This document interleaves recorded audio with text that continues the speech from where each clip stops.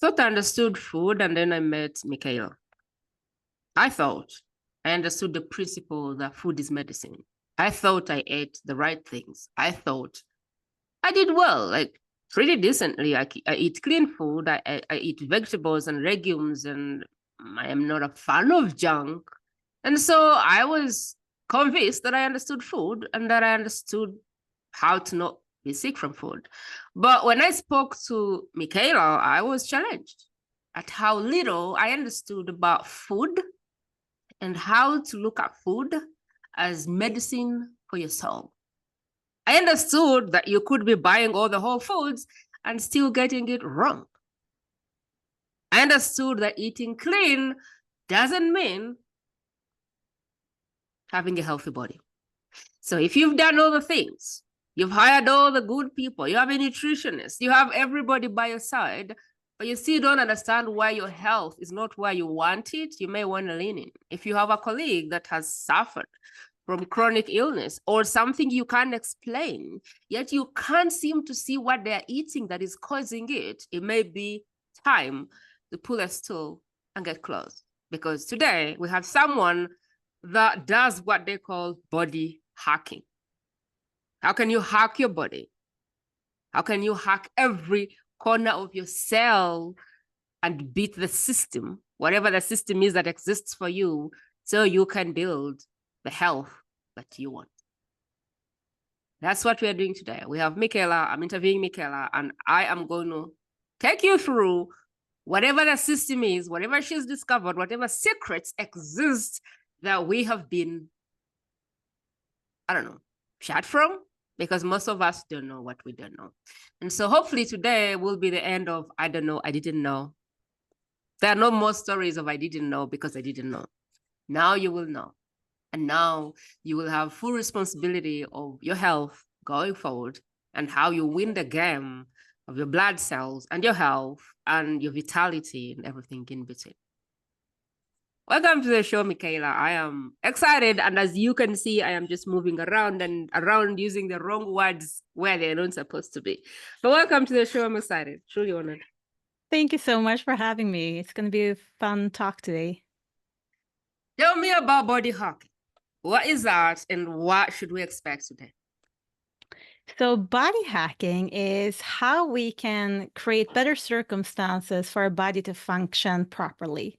So for you to be able to body hack, you need to understand how the body is built up, what the body needs, and we need to understand then what we can do to just create better circumstances. So you can say that it's in one way, we're manipulating the way our body is expressing itself. And we can do it to our benefit because we can bring back our body to what it's supposed to instead of having it suppressed by our environment and what we have maybe been doing because we have been following guidelines and recommendations that was not optimal for us. So that's what body hacking is all about, creating better circumstances for self-healing. And that can be through nutrition. It can be through hacking our brain and our emotions and so on. But today we're going to focus on nutrition. Body cells, energy production, gut health, and absorption, everything in between. What is it that we get wrong? What is it that we don't understand about nutrition that is keeping us stuck in some kind of situations that we don't even like, but we don't know how to improve our health? Like we've done everything, but nothing is working. What is it that we're missing? Well, it can be different things that we're missing. It doesn't have to be the same thing. So I was missing an essential building block in my life. I was doing everything right. I was working out. I was eating clean. I was eating all organic. I was eating grass-fed and like beef and so on. And I was really taking care of my nutritional intake. And even if I did, my body kept on getting sicker and sicker and sicker and sicker. So that's why I had to kind of figure out what else can I take in control of when I've been taking care of my supplementation regime, my nutritional intake through clean food and my like being out in the sun and getting all the air I need. Like, what else can I take care of? So it can be a lot of different things, but what a lot of people are struggling without knowing it is malnutrition. So a lot of health issues. What is really, I love asking, what is really a symptom? Of what? What is really a symptom? When people are struggling with poor sleep or they're having eczema or psoriasis and they're having symptoms of something being wrong, but what is really wrong in the body? And if we start thinking about it, the body is self-healing. If you break our leg, the body tries to heal itself. If we are having skin issues, if we cut ourselves, the body always tries to repair itself. And that is the case for the inside too. So the body is always striving to have a perfectly functioning cell. It's not like the body is trying to create cells that are not functioning.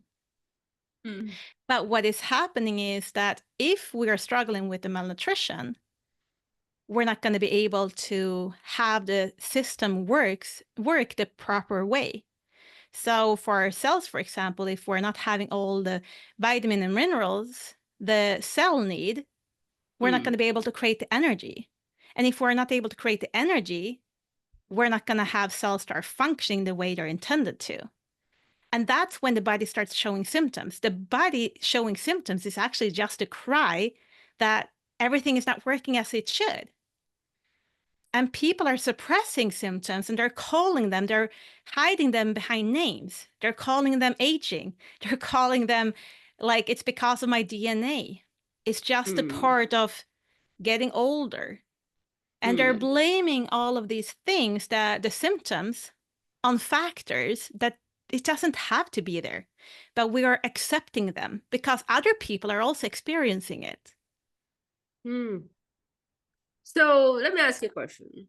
How different is biohacking from the way we look at nutrition or eating clean, or I don't know. How different is it from how we see maybe eating well, picking up whole foods?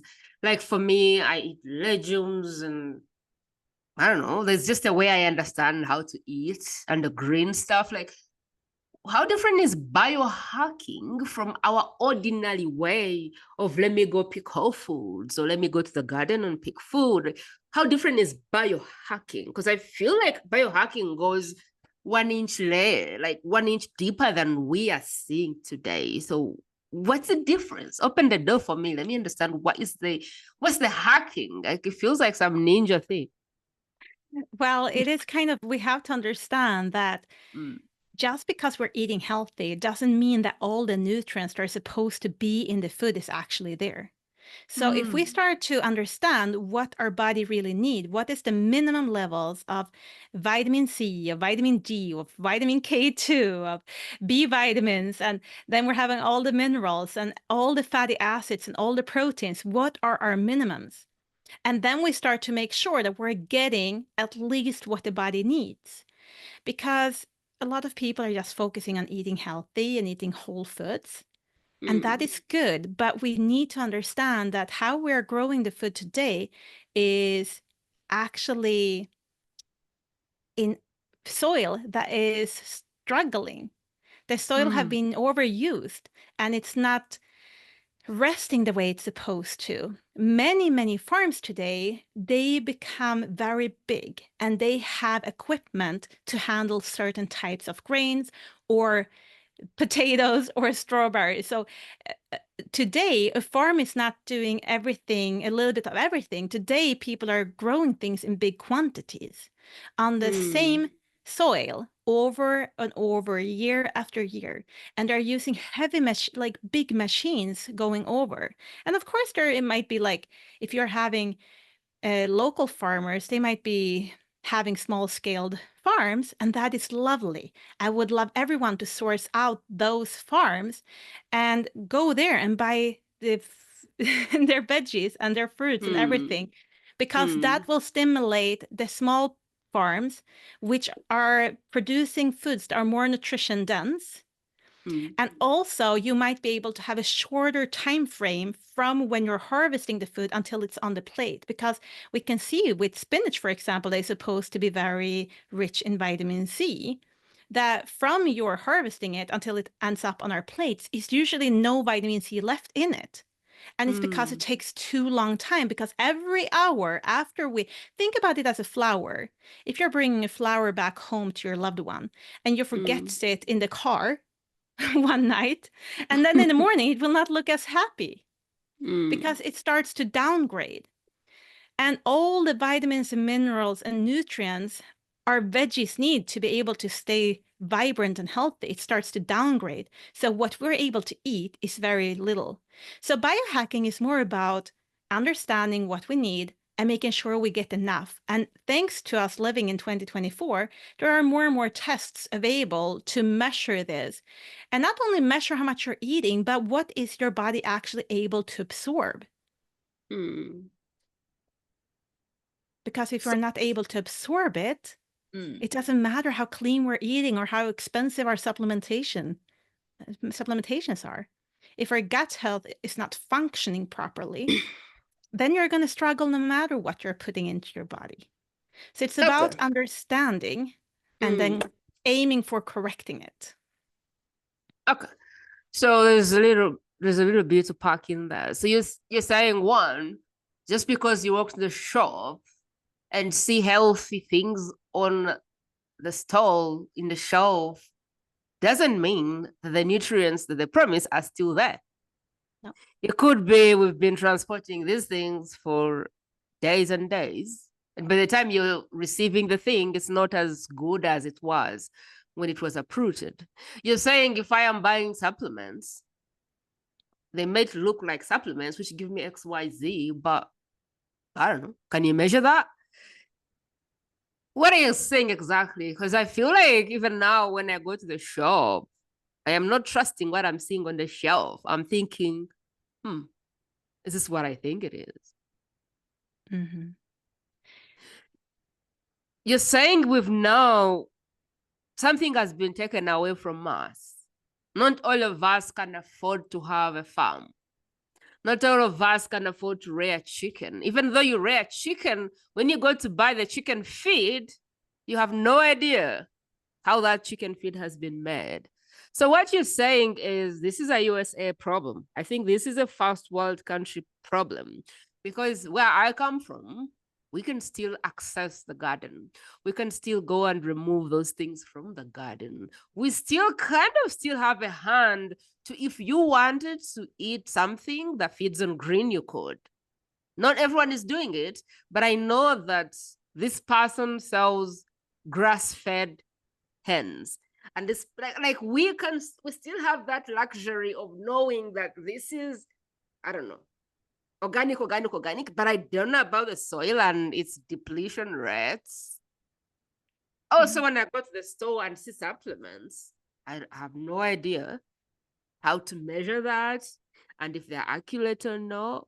What I do realize is that recently when I go to the supermarket and pick a spice, instead of putting 2 things, 3 things, there's a sentence of things in the spice. And I'm like, why is there a sentence of ingredients that are put here? So I'm beginning to get confused when bottles are labeled, I don't know, healthy, whole, because of the sentences that are going the bottles. I don't know if you want to speak more to that, but I'm personally confused when I buy something tinned. I don't understand why there's a sentence of things in the thing. Yeah. I usually have a rule for people. No ingredients are the best. Like no ingredient list is the best. And if you have ingredients in it, you should be able to understand every single name in the ingredient list. Because if you're not able to understand it, your body is not going to be able to understand it. And I usually have a rule of don't never buy anything with more than, for hardcore people, it's 3 ingredients. And if you want to have a little bit more relaxed, 5 ingredients. But it should never be more than that inside of a product. But we should always aim to purchase foods that doesn't really have an ingredient list. All of those snacks and things that are promoted, we are believing that we need snacks in between dinner and breakfast and lunch, it's because they have been telling us how we should eat our food. And the way we're eating our food today is stimulating the blood sugar levels too much. So we're crashing and we get hungry again. If we go back to eat what we used to eat, which are a lot of meat and fat, we didn't usually eat the lean parts. We're taught to eat the lean parts. But that was something that did not really taste good. That was the meat we threw to the dogs back in the days. And we kept the fatty parts for ourselves.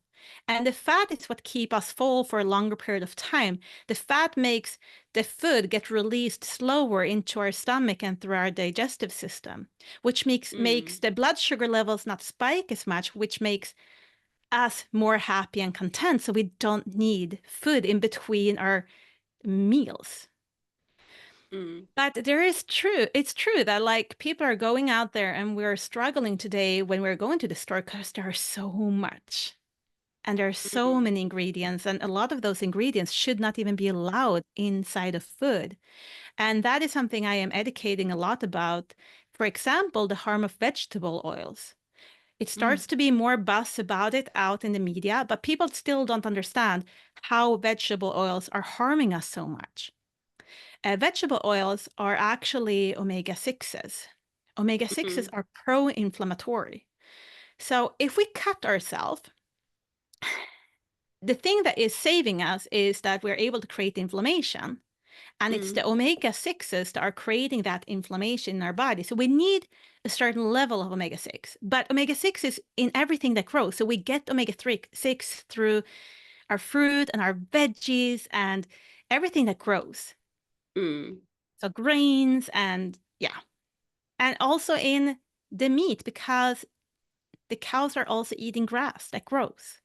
So we get a basic omega-6 level through that.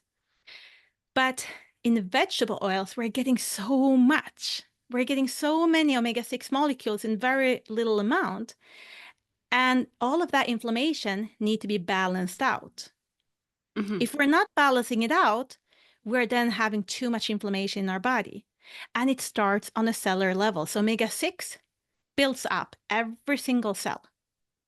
That our whole body is built up with small particles. Sorry for bringing you back to biology at school, but No, it's small fine. particles, about 37 trillions of cells in our body. And every single cell have a cell membrane that is supposed to protect the DNA and the mitochondria that creates energy and all of that. But omega-6s are part of the cell membrane. And if we have too much omega-6, we have too much inflammation that starts on a cellular level. And this is something that we can actually measure today, and we can correct it. And that is what I'm educating a lot about, that we need to take charge of measuring this, because it affects so much in our body. If our cells are having too much inflammation, the cell membranes becomes too hard. So let's go back to a simple example of vegetable oil, because I buy vegetable oil and I thought it was healthy, but you're saying it's no. So what is the alternative of that? And how can we begin to kind of look at what we are buying versus the other way to buy it? Like, if we're buying spices, if it's more than 5, you need to ask yourself why.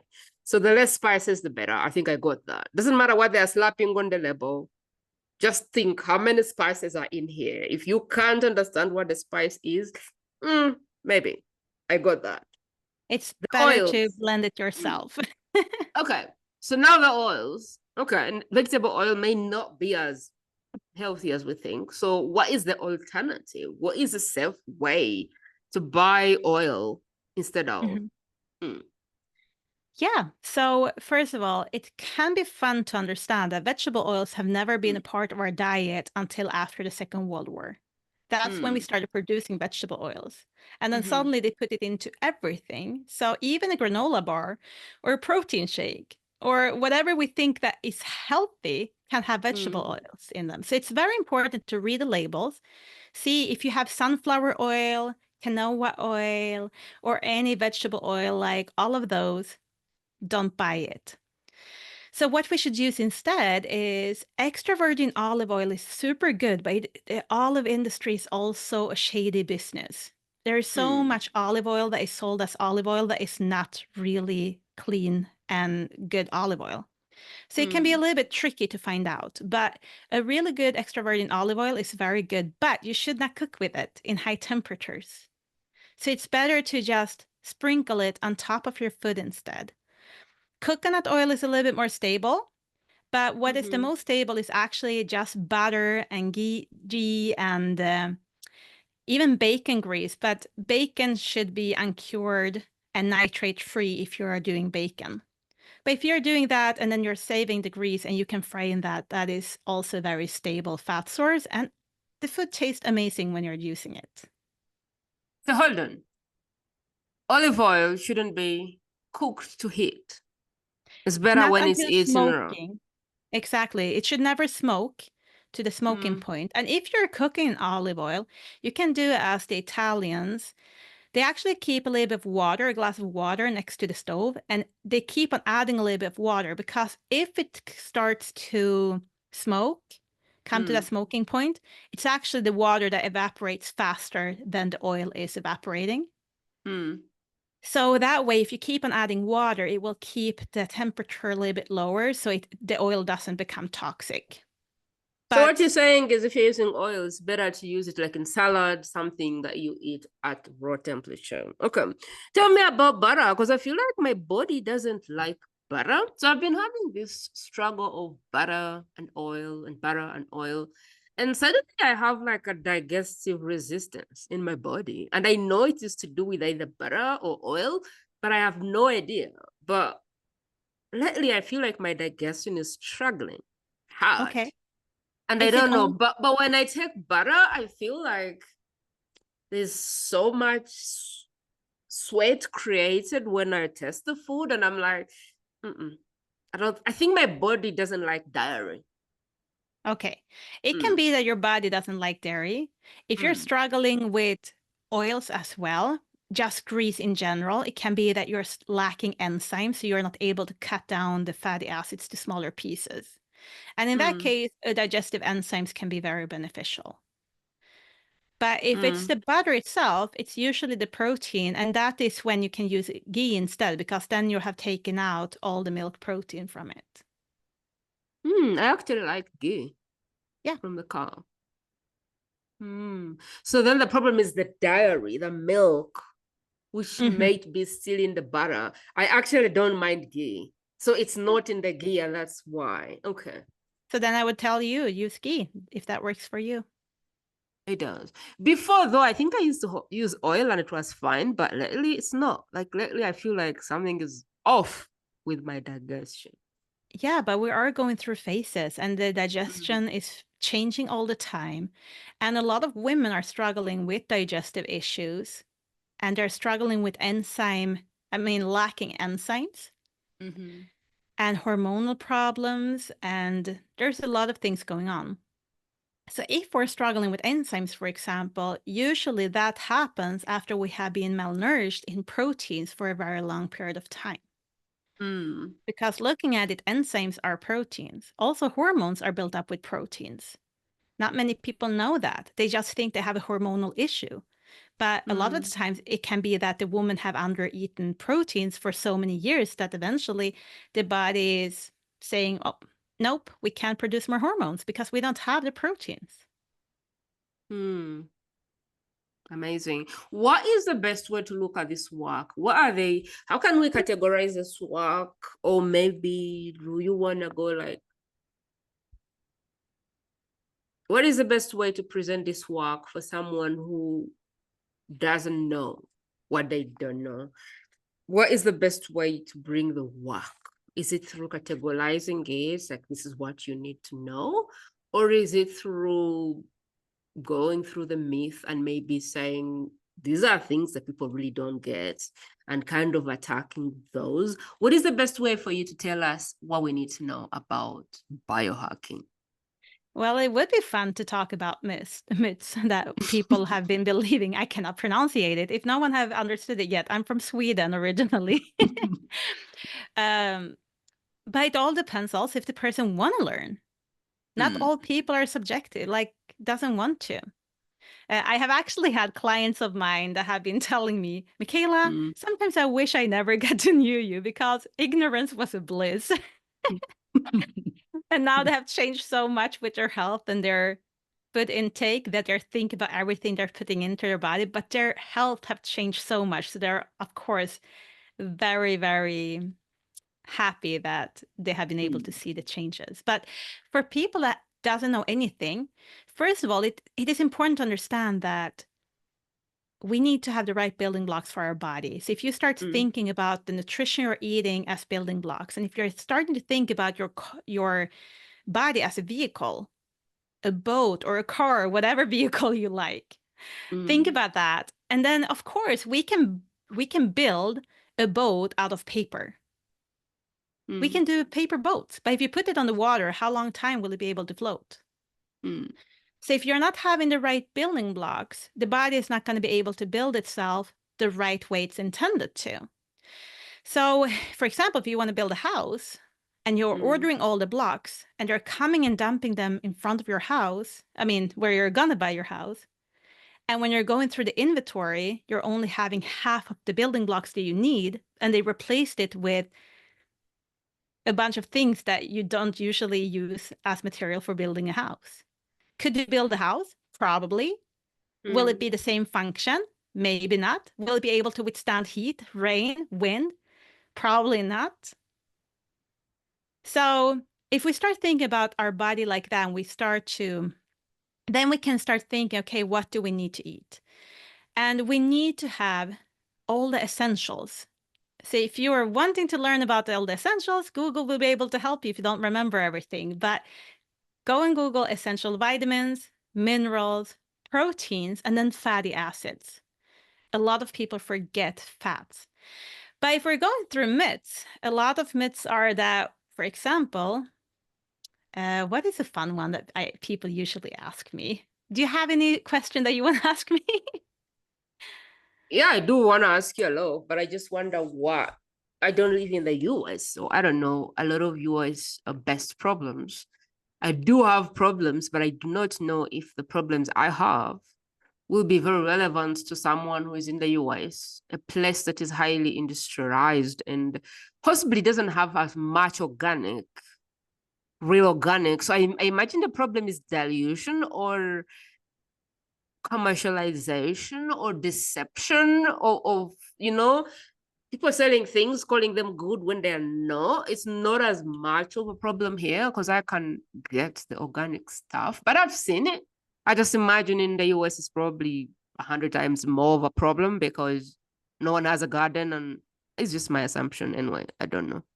Yeah. Um, So, I mean, if we just start with the food pyramid, for example, the food pyramid, I'm not sure if that one looks the same in Africa or not, but it looks pretty similar both in the United States and in Scandinavia.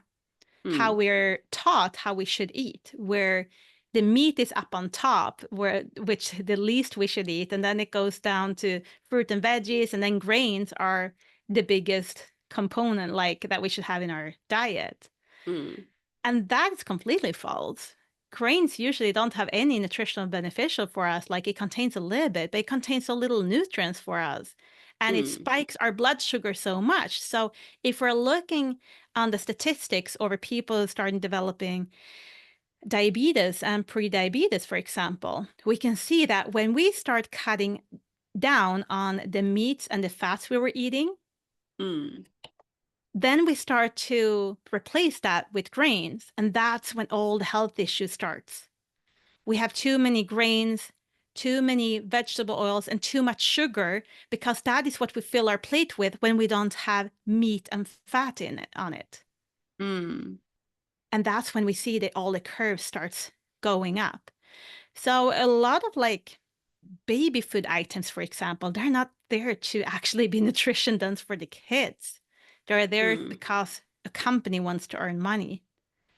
And that is what's so scary, that we're taught that we're doing things that are right when it's just money that is driving an agenda. So So what you're saying is we're buying things thinking we're buying what we need, but it's really a commercial thing. It's advertising. People just want to make money and they will give you whatever you need. Okay, that's scary. It is That's scary. So what you're saying is the way we're thinking about plating is misleading, because I have been conditioned to think that the more green I have on my plate, the better. My mom has diabetes. She has high blood pressure. She has a lot of things going on. But the way that we've been conditioned to plate her food is more green and some meat. And what you're saying is that may not be what is helping. What may be helping is more meat. Like what are you saying exactly? Like, is it more meat, more fat? Then I don't understand. Are you saying reverse the plate? Basically, we need a lot of fat and meats. And not only regular lean meat, like we also need organ meats. That is what we used to eat. We used to eat nose to tail. But today we're just eating parts. And because we're just eating parts, we're not getting all the nutrition dense. Like a liver is so nutrition dense. But instead, we're replacing it with a lot of leafy greens. And some people it can be very healthy for, but a lot of people's gut are not very effective in breaking it down and absorbing it. And some veggies can actually harm your body. If you're eating too much spinach every single day, for example, you can have an overload of oxalates.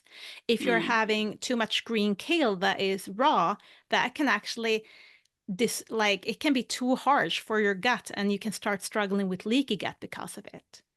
And I'm not saying that veggies and fruits are bad in any sense. I'm just saying that if we're overeating and some people are sensitive to it and we are not getting enough of vitamins and minerals through fruit and veggies alone today, we need to go back to eat more nose to tail. And if we're not able to eat nose to tail, then usually we need to supplement. And if we're choosing not to supplement and not eat nose to tail, most likely we are struggling with malnutrition. Interesting. So is it any meat or is it specific meat? Because when I was growing up, I understood white meat to be good. So I started to eat fish, I started to eat chicken, I started to eat rabbit, anything white. And then I came to understand that I need to be eating beef. So I got confused, like, what should I eat? And so I started to eat a little bit of beef, but I'm kind of still in a way confused. Like, is it any meat, or are some meats made better than other meats, or what should we eat? Like, I have no idea what to eat anymore. The other day, my friend told me she was going to die from just eating too much fish. And I was like, what? So what should we eat? Like, tell me more about the meat and which meat not. That's a very good question. And it's not a very easy, simple answer to it, because one of the best meats we can eat is fish.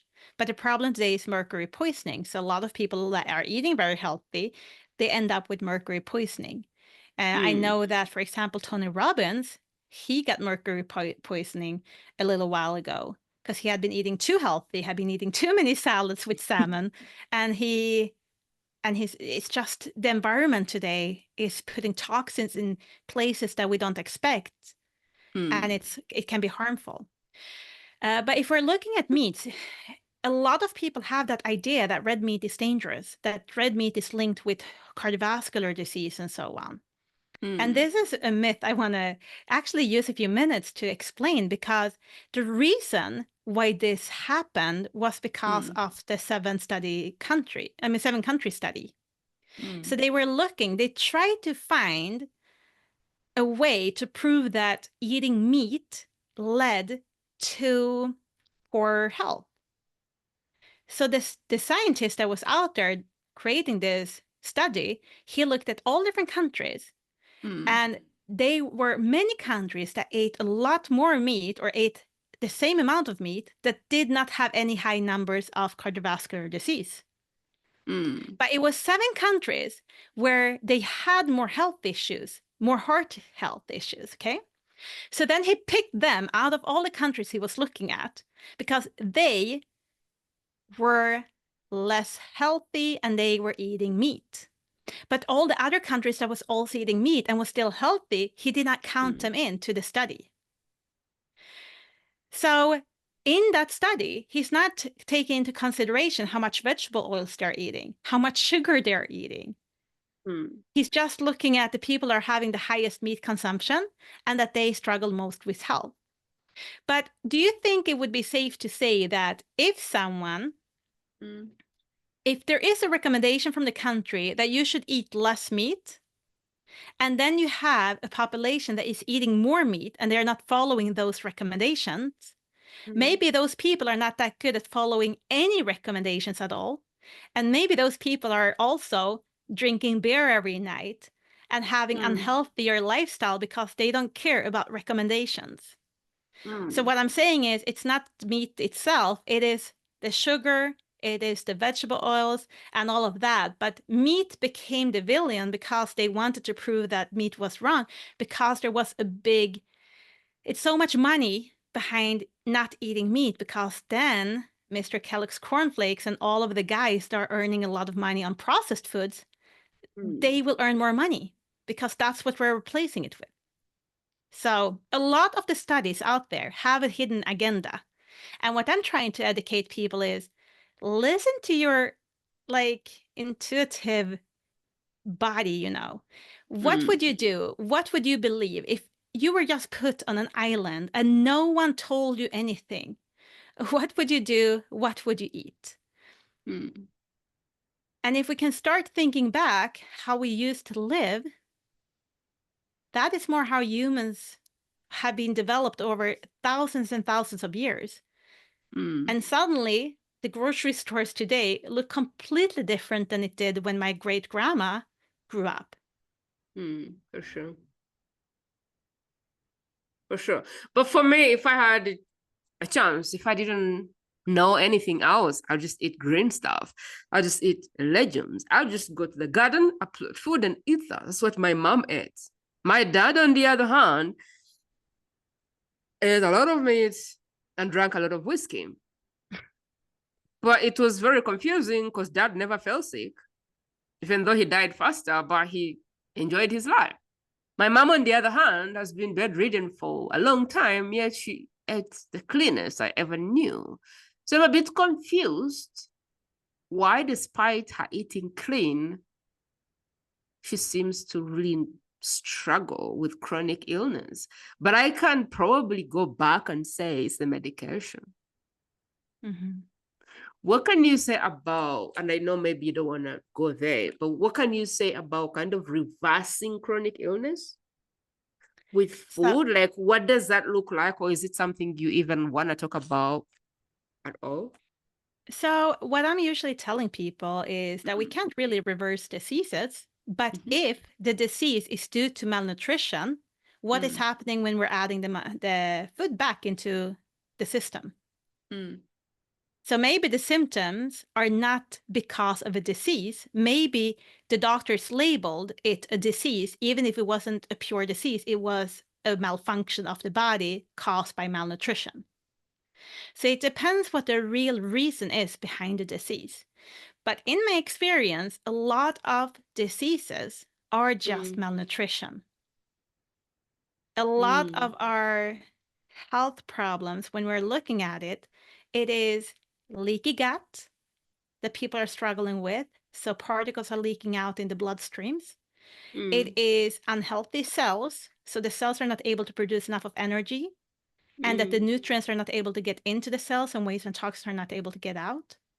And it is lacking the essential vitamins and minerals. And when we create better circumstances for self-healing, the body have the ability to heal itself. So it's never a food that is the healing part, but it's the body's ability to, like, there is never a supplementation or a pill that can heal you. It's the body's self-ability. But we can create better circumstances. And in my line of work, I see people reverse things all the time that doctors claim are irreversible. And I'm not sure if we should call it, I'm not sure if we should call it reversing per se, but they don't have any symptoms anymore. Suddenly that it's not a problem in their body anymore. And suddenly their body starts functioning better. And it's anything from, I have clients that have had high blood pressure medication for over 20 years, that when they start addressing the malnutrition they've had over the past 5 and 10 and 20 years, their body starts responding very positively. And today their doctors have taken them off their medication. I have people that needed hip transplant, but they couldn't get the hip transplant as they wanted because they've had too high blood pressure. And when we have been able to correct it with food, their blood pressure have gone down and they have been allowed to have a surgery. I have children with tics and with epileptical seizures that also have needed surgery, but the doctors doesn't want to give them the surgery because they have too many seizures.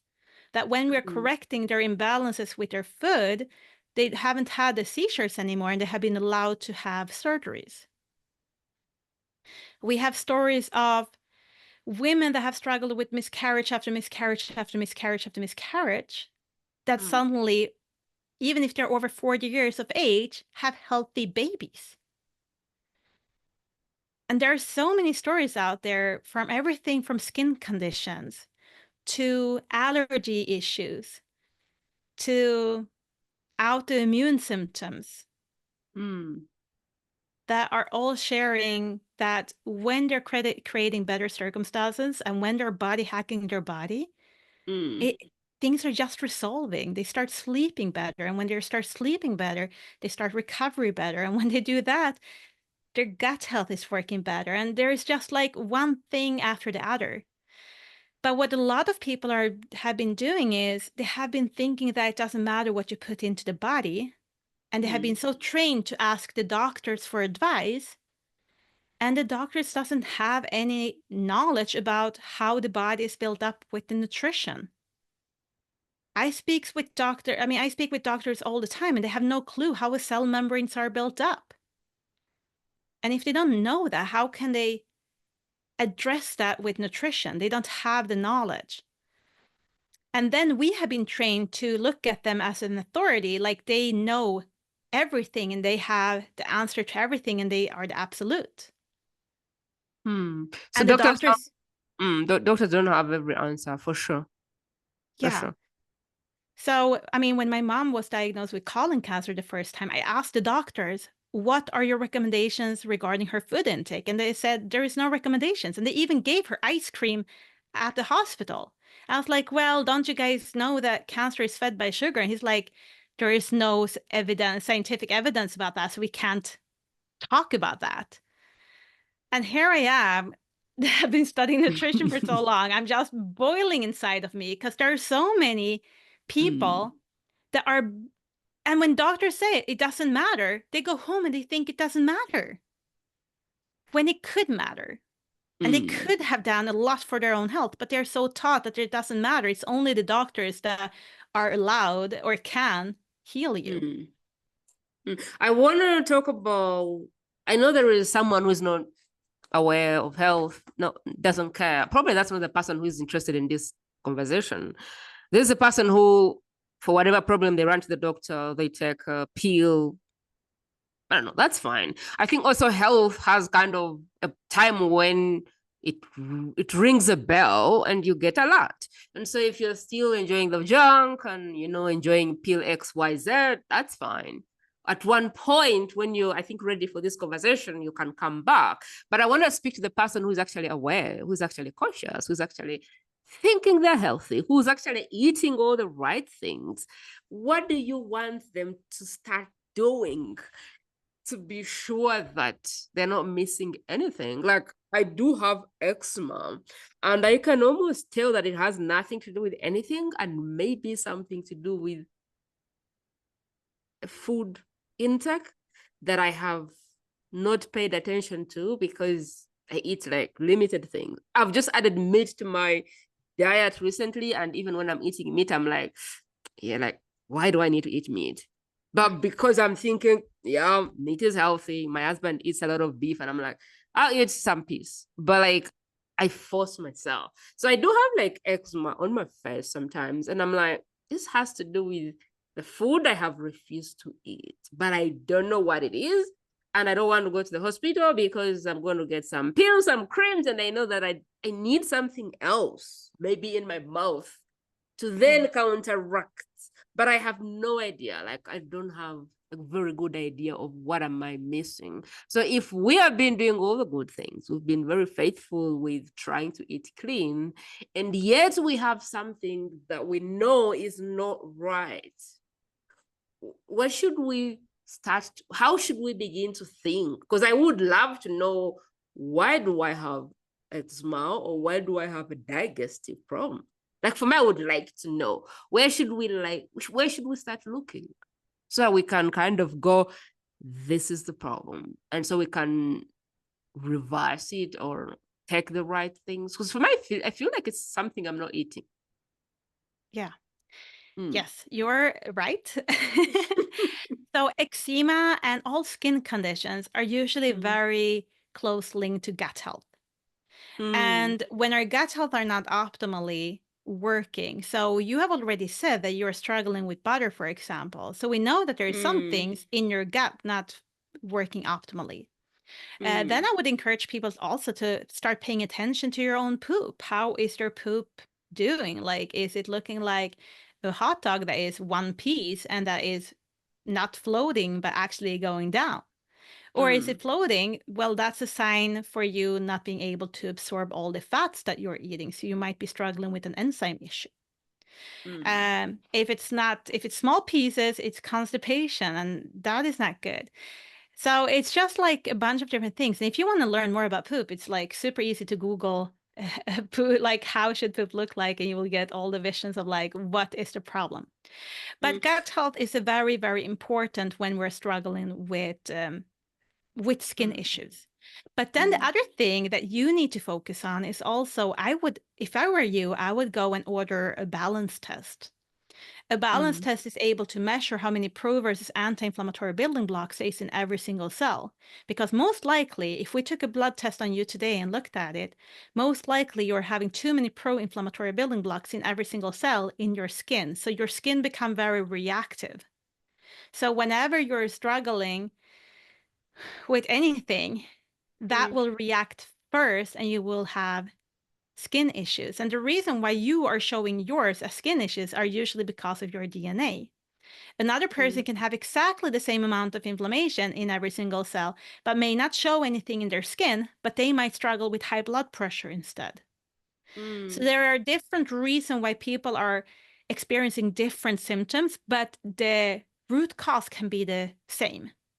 And usually it's a combination of having cell membranes that are having too much inflammation, in combination with poor gut health, and in combination of not getting enough of vitamins and minerals.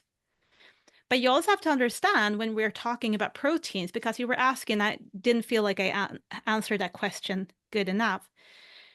All proteins are good, but there are some proteins that are essential that comes from the animal kingdom that we need to get into our body.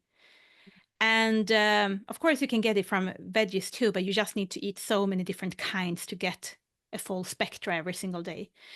But a lot of people doesn't understand that proteins doesn't only build up your muscles. They also build up every single cell membrane. They have proteins in the cell membrane as well. And it builds up your enzymes and hormones. But we need a lot of protein. So in general, women are under eating protein. And that is in general why women are usually struggling with hormonal issues.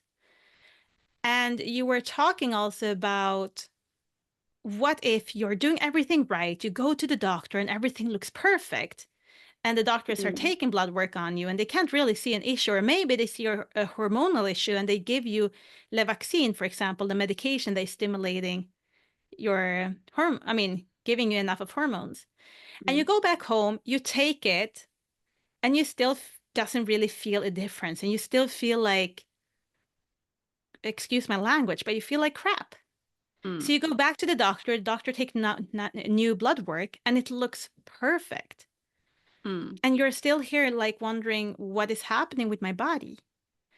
And in that case, most of the times, you're also having too much inflammation on the cellular level numbing out the hormone receptors. So on the cell membranes, you have hormone receptors that, for example, insulin, that is a hormone, need to attach to for us to be able to burn energy as fuel instead of getting it just added to our body as fat. Mm.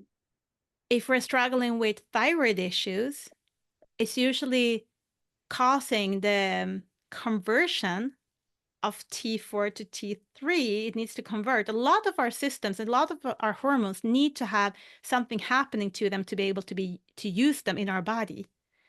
And the conversion rate can be problematic. But then even if we're able to convert it, if it's not able to attach to the hormone receptor, then we're not going to feel the benefit for it. And that is like, for you out there, they're feeling you're doing everything right. And you're usually still struggling with malnutrition, and especially from the essential fatty acids that are anti-inflammatory. So that is something that is very easy to measure. You can order a test to your house. You can dosage it according to your body weight. You can calculate it yourself. You don't need any doctor or any medical physician to do that. You can figure that out yourself. And if you're curious what this could do for you, you can just go out to Google Scholar. And you, instead of just regular Google, it's Google Scholar where you find all the peer-reviewed articles. But for example, in your case, I would then go and Google eczema and omega-3 ratio or omega-3 index and see how many thousands of articles that will pop up. Because a lot of people are malnourished in omega-3, even if we're supplementing with it, because most supplements don't work. I don't take supplements. Yeah.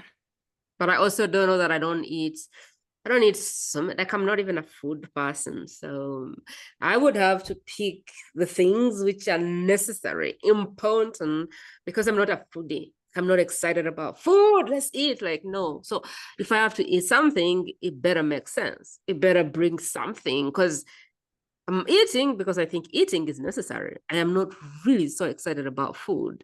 And so it's possible for me to miss out food because I don't have the natural excitement about food. So I have to be careful about what I'm putting in and what I'm not, because I'm likely not to put in a lot because I have no excitement for it. So, yeah. So then could you kind of give us like, I don't know, what are some of the signs that something is imbalanced, and how do we, what did you say? We had to take a test called what? What is this test? There is a test. Yeah, there is a test called balance test. Balance test? And it can measure the balance in your cells. Oh, cell balance. Okay. Okay. And what we want it to be balanced is between the omegas. So we have omega-6 and we have omega-3, and we need to have a balance between them. Because omega-6 is pro-inflammatory, which is creating the inflammation. Omega-3 is anti-inflammatory, which is then stopping the inflammation. We need to have a balance. It's like yin and yang. The problem today is that the average in the United States, for example, have 23 times too many pro-inflammatory building blocks to every anti-inflammatory building block. So there's a lot of inflammation going on. And people think that this may not be that big of a deal, but it is. It's so much science out there showing that if we're having a big imbalance, it's actually shortening our lifespan, which as many years as if you would be smoking every single day. So if you think that you're healthy and you think you're eating right and you are not checking this, you're still no better out than someone that is smoking every single day.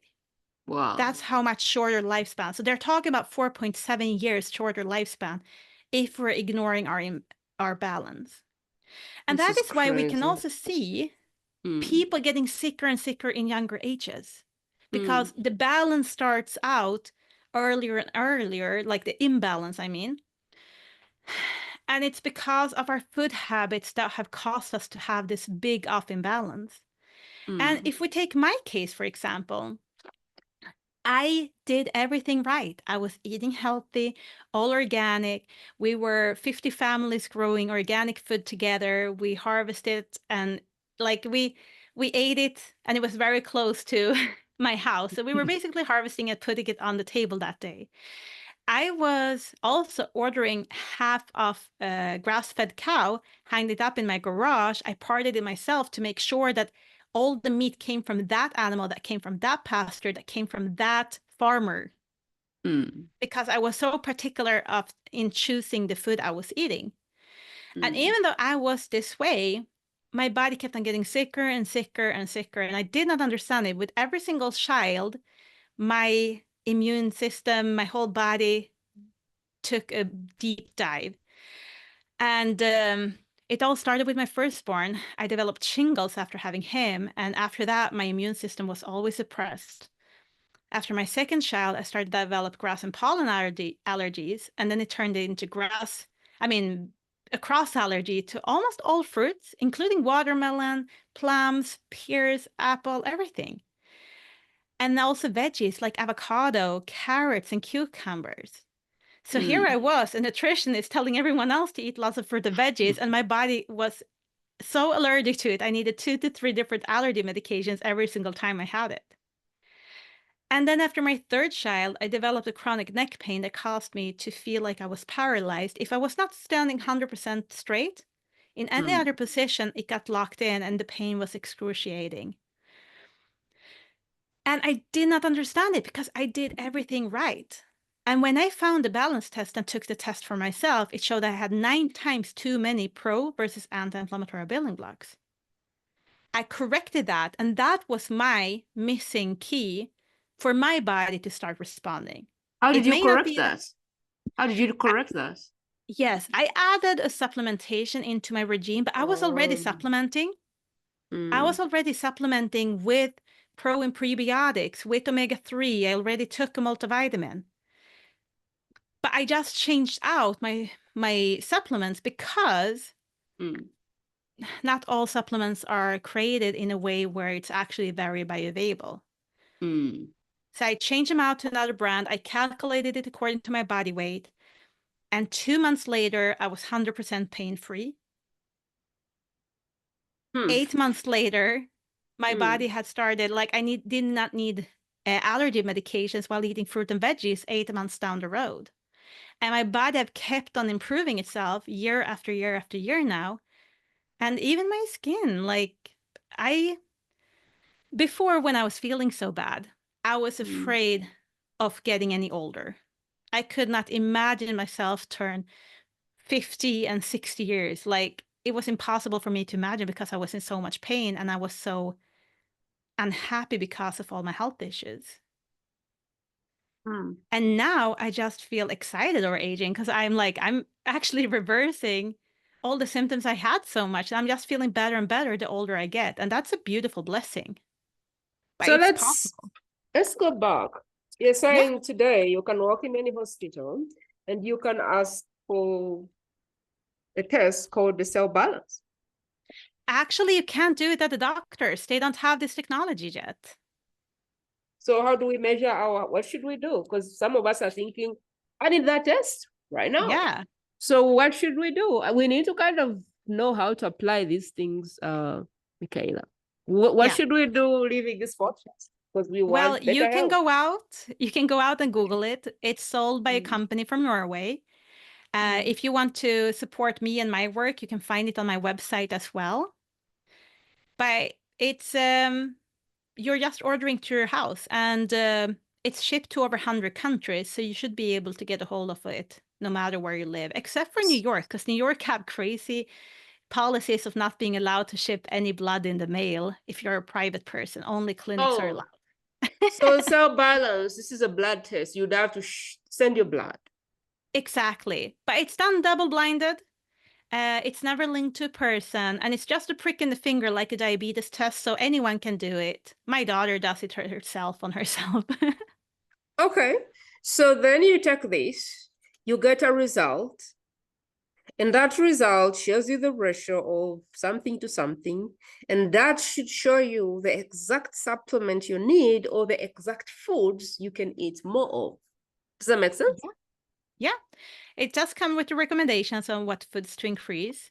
And it does come with the recommendation, if you want to supplement, how much you should supplement according to the body weight. That's really cool. Yeah. That's really cool. Tell me more about the group. I know you have, I don't know, a lot of people are following you for this work, over 5,000 people. Michaela has a Facebook group of over 5,000 people are looking for her secret. So trust me, she has a secret. Tell me about that group and how we can join it and what you do in there. Yes, you find a group on Facebook. It's called Omega-3 We Share Experiences. People are sharing what's happening in their body, from balancing their omega levels in their cell membranes. And it's so much fun reading. It's so rewarding seeing that when people are taking action and taking control of their life, that their body is responding in a very positive way. I also have a podcast called Body Hacking Build a Better You, where I interview a lot of people as well, because I think that seeing an everyday person with everyday problems can be so inspiring, because we're all just, in the end, parents and wives or spouses that want to feel our best and want to be able to bless our surrounding with the beautiful soul and the beautiful energy you have. But it can be suppressed when we're in pain or not feeling our best. So I want to empower people to take control. I believe that people are inherently interested in being part of a solution in the world. And if you're in so much pain, you're part of the problem, not part of the solution. So how do we move from being part of the problem, being part of the solution, is by having your vitality, your body back in full swing, so you can step into whatever the version of you that wants to serve, that wants to be a part of the solution, the healing of other people. Because I inherently believe everybody wants to step up. At least everybody that listens to this podcast is trying to be part of the solution. And so the way to be part of the solution is not to stay in the place where you're not helping yourself. And so I like the idea of, one, the podcast, but two, the idea of the community where there are other people who are doing this. So what I'm understanding is, in that community, people are going, taking the test, understanding what's wrong with them, and they're getting right on the path, and they're sharing their results from just discovering the cell membrane and how imbalanced it is, and balancing that. Yes, that is completely true. Wow. Tell me more about the type of illnesses that can happen from the imbalance inside the cell. Are we talking cancer? Are we talking what kind of diseases, in quotes? What kind of names are being put on imbalanced cell composition? What are doctors calling this? Are they calling it cancer? Are they calling it high blood pressure? Are they calling it diabetes? Are they calling, what names have you seen pop up that point to, something inside that cell is not right, it's not balanced? Well, this is a very interesting question, because it can be so many different symptoms. But basically, if you just think about it this way, if you have a car and you're not giving it fuel, would you be able to drive to Paris or Spain or Africa or United States? What place would be easier for you to drive to? And so that is kind of what's happening in our body. If our cells are not able to produce the energy for the function to happen, it's not any easier to go anywhere. It's going to be hard. And the struggles can show in different ways. So that is why when we are going online, and you can just search applications due to omega-3 deficiency, anything will pop up, from skin issues to Alzheimer's to poor brain development in fetuses, in asthma, higher risk of your kid developing asthma and allergies, to cardiovascular disease, to cancer, to breast cancer, to all different kinds of things. So if you go to Google Scholar or PubMed and you search on omega-6 to omega-3 ratio, the importance of it, it will, for example, tell you that if you're struggling with too big imbalance and we're able to balance it, in the secondary prevention of cardiovascular disease, a ratio of 4:1 was associated with 70% decreased mortality in cardiovascular disease. Wow. And if you start thinking about those numbers, what is the number one killer in the world right now? It's cardiovascular disease. And just from measuring this and correcting the imbalance, you have 70% decreased risk of dying prematurely. 70. And doctors keep on giving you statins for high blood pressure, and that is helping you with 1%. You're having 1% less chance of dying prematurely when you're on statin, the drug. And we have something that is 70%, and it's something that is easy for you to take control over. They were able to see that asthma was improved, that the proliferation of colon cancer was decreased, and so on, depending on what ratio you get down to. So there is so much science and data out there. European Food Safety Authority have over 18 health claims, including having normal brain function, heart function, and, for example, promoting good brain development in fetuses and so on. So there are so many health problems that we can prevent if we get started early enough. And even if we have health issues, it's interesting to always see how the body is responding when we're creating a better circumstances for self-healing.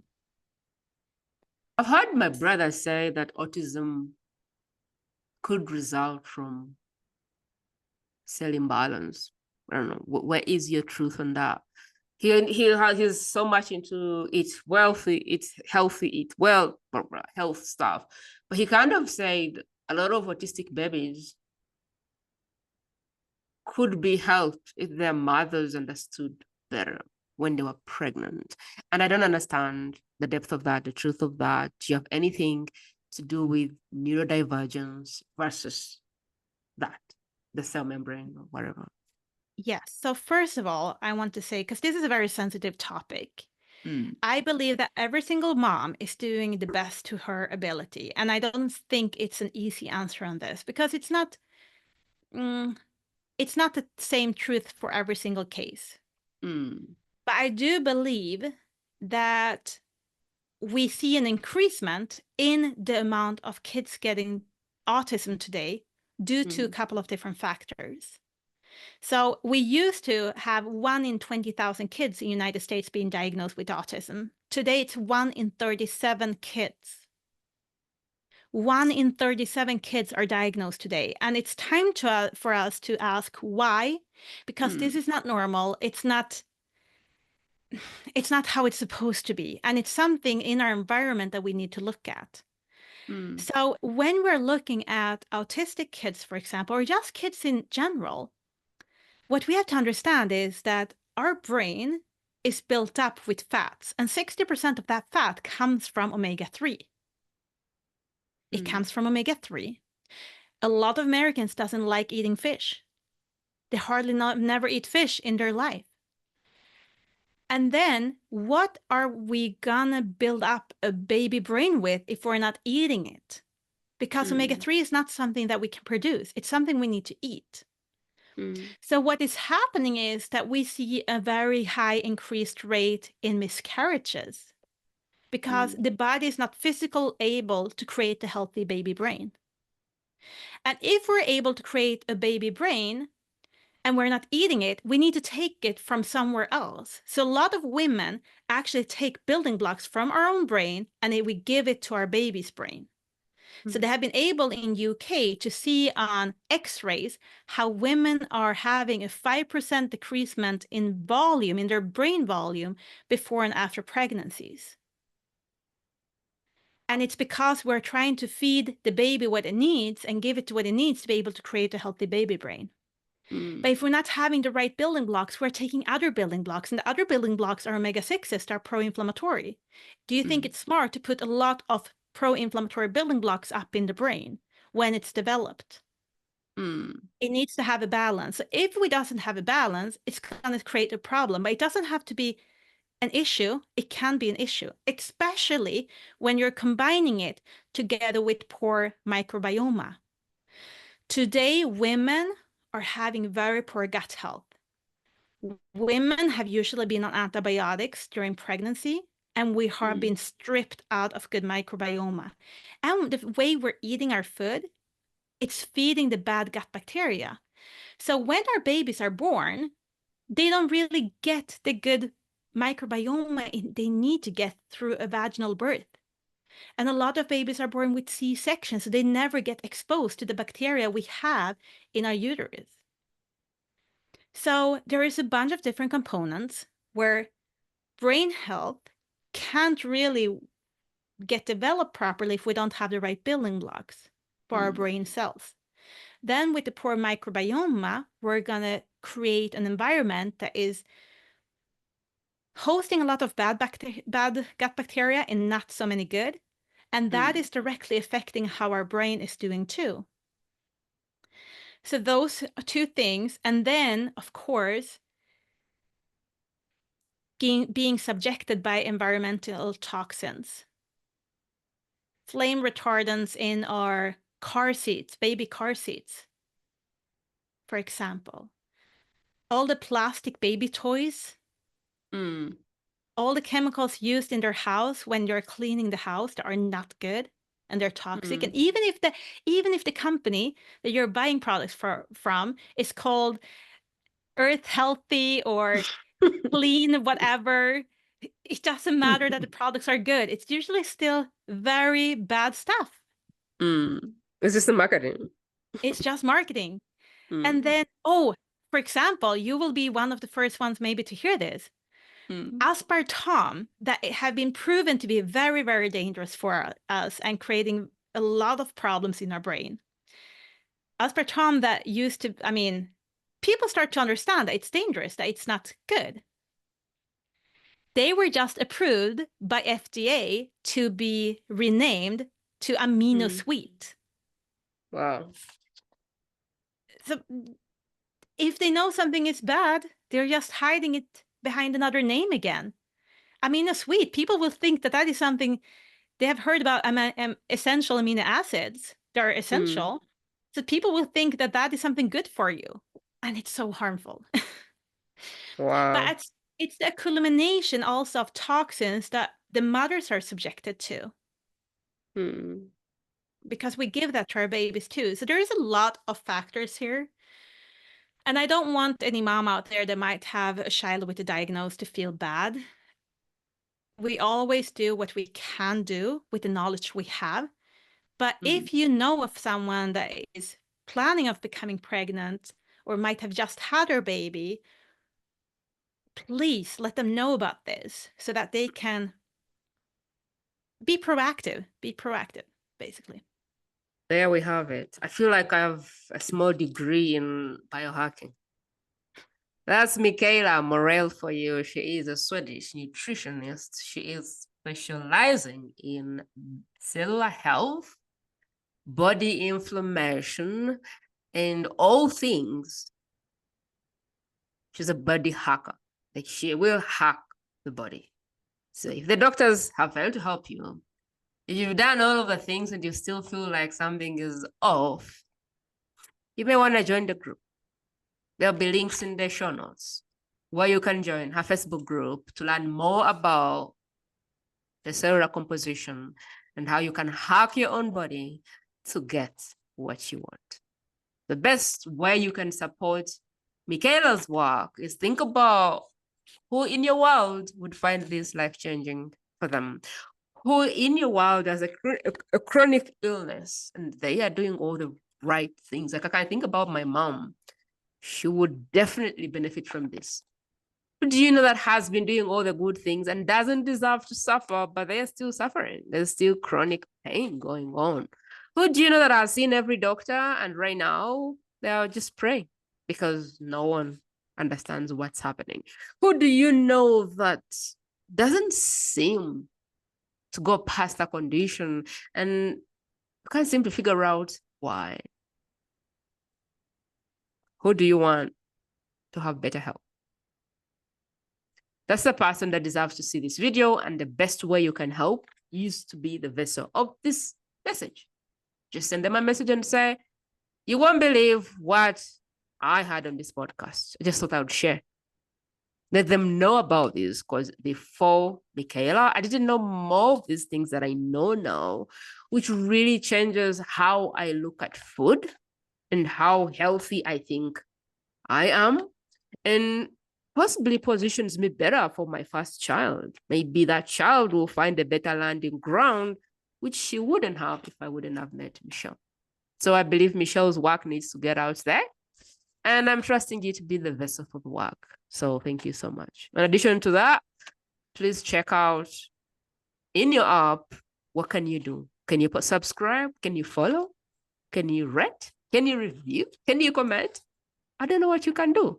All of these are tools which allow you to blow a whistle and say, I love what I'm seeing here and I want the world to hear about it. You have no idea how much power you have over what happens with this podcast. But all of the power is in your hands. When you watch this episode, what are you going to do with the information? Are you going to share it with someone? Are you going to hit that follow button? Are you going to hit that subscribe button? Are you going to leave a comment? Are you going to leave a review?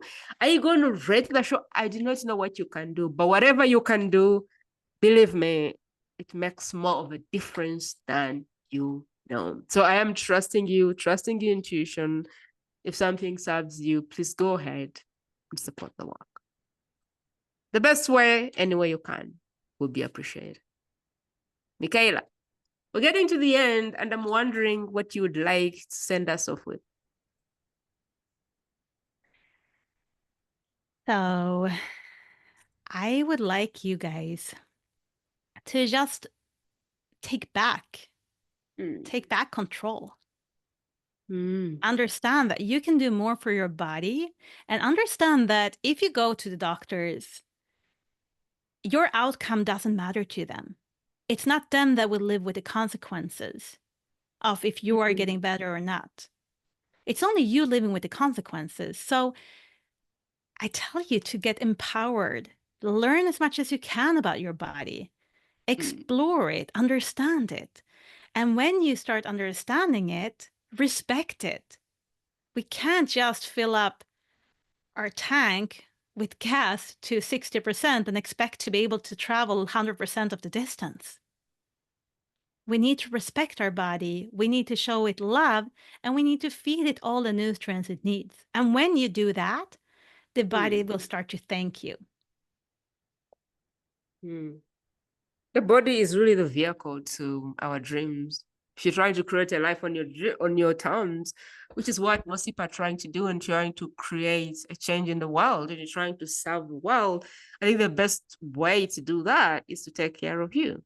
And what I've learned from Michaela is that your body is always talking to you. It's always giving you information. It's always giving you feedback. It's always telling you, like, my body is now telling me there's something wrong, because I can feel like I have no desire for food. And I feel like if I eat something, it's not digesting well. I don't know. It's just telling me that it's bored and it needs to be checked. The body's always something. This is a very good conversation about feeling what you feel like eating, but also know that what you're feeling like eating is actually, your brain is actually programmed to give signals to eat certain things, depending on what kind of signals your gut microbiome is sending up to you.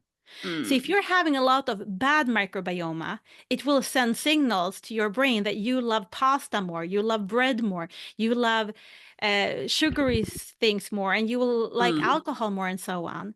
So also know that if you feel like, oh, I feel like a beer a day is healthy for me because my body is craving it, or I feel like eating bread for breakfast, lunch, and dinner is healthy because my body is craving it. Just know that sometimes it's not your body craving it, your cells craving it. It's actually your bugs inside of your body. And we can also start a conversation about parasites. And a lot of those things can then stimulate your brain to believe things are healthier and happier. But it may not be the case. And it might be also that your digestive system have been so destroyed that you are not able to handle some types of foods that should be healthy for you, but you are not able to eat it. I don't know. Just because just because, like, for example, fruit for me caused me allergy issues, I understood it's not the fruit itself that's dangerous to me. It's something else that is the problem. So just want to put that out there too, because it is very good to listen to your body. But sometimes we also have to ask, is it truly the cells that are needing this, or is it my bad gut bacteria that needs this right now?